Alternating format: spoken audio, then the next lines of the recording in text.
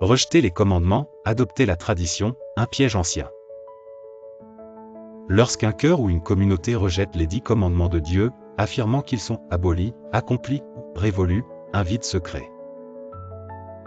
Ce vide n'est jamais neutre, là où la vérité de Dieu est écartée, autre chose vient inévitablement la remplacer. Dans l'histoire de l'Église, ce vide a souvent été comblé par des traditions humaines. Des pratiques, des fêtes et des rituels hérités du catholicisme ont été adoptés à bras ouverts par certaines églises protestantes et leurs fidèles.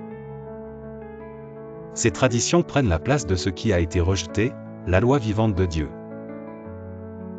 Jésus a dénoncé ces traditions à plusieurs reprises, soulignant qu'elles détournent les hommes de la volonté de Dieu. 1. Vous rejetez le commandement de Dieu pour garder votre tradition. Marc 7h9. 2. Hypocrite. Bien vous avez rejeté le commandement de Dieu, pour garder votre tradition. Marc 7h13. 3. Vous avez annulé la parole de Dieu pour observer votre propre tradition. Matthieu 15h6. 4. Malheur à vous, scribes et pharisiens hypocrites. Vous fermez aux hommes le royaume des cieux, vous-même n'y entrez pas, et vous ne laissez pas entrer ceux qui veulent y entrer. Matthieu 23h13. 5. Vous faites des phylactères larges et des franges longues, et vous aimez le premier siège dans les assemblées et les salutations dans les places publiques. Matthieu 23, 5-7.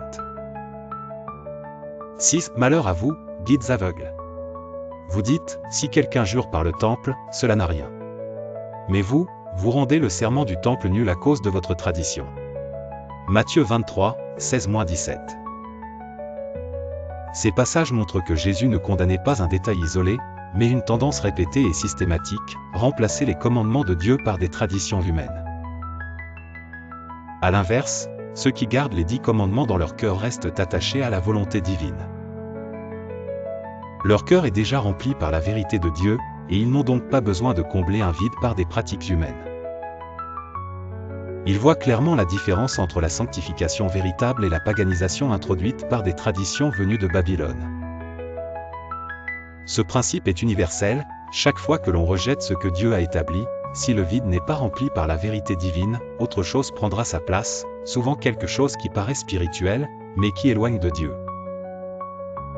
Choisir de garder les commandements de Dieu, c'est remplir son cœur de ce qui est éternel et refuser les substitutions humaines. Serge le prédicateur t'encourage.